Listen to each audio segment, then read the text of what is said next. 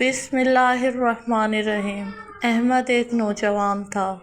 وہ خوشی سے زندگی گزار رہا تھا۔ اچانک وہ شدید بیمار ہو گیا۔ بخار کم نہیں ہو رہا تھا۔ جسم میں بہت کمزوری تھی۔ گھر والے سخت پریشان تھے۔ اسے کئی اسپتالوں میں لے جایا گیا۔ ڈاکٹروں نے مختلف ٹیسٹ کرائے، دوائیں بھی دی گئیں، لیکن حالات میں خاص فرق نہ آیا۔ دن گزرتے گئے۔ احمد مایوس ہونے لگا۔ ایک رات وہ تنہا بیٹھا تھا۔ اس نے وضو کیا،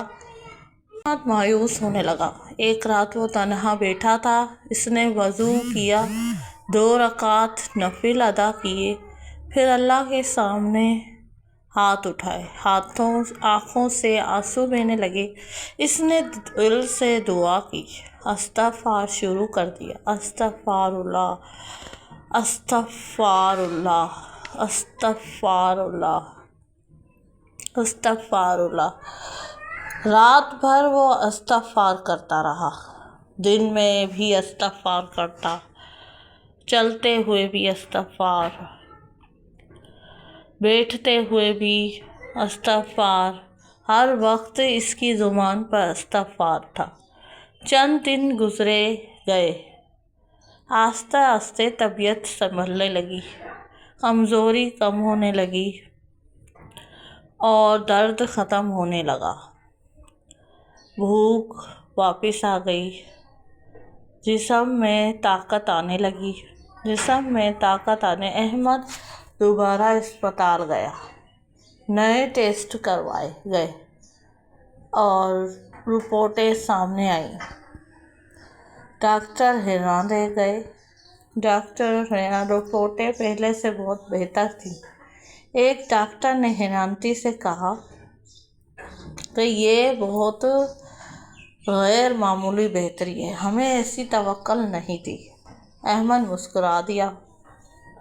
مسکرا دیا اور بولا ڈاکٹر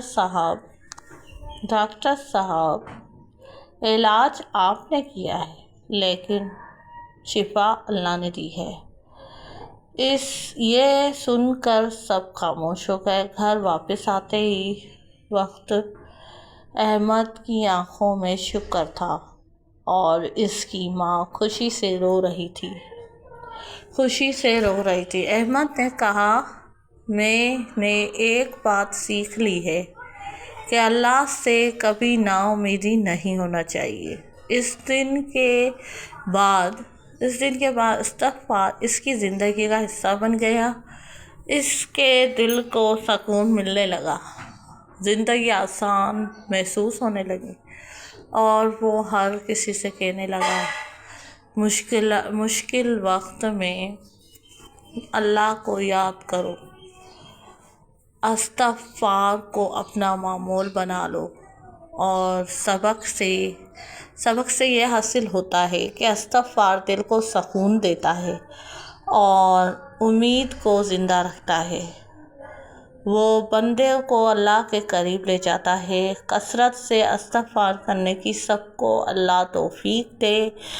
اور استغفار ایک لفظ نہیں، استغفار ایک بہت بڑی طاقت ہے، گناہوں کی معافی ہے۔ میرے چینل کو سبسکرائب کرنا اور کمنٹ کرنا۔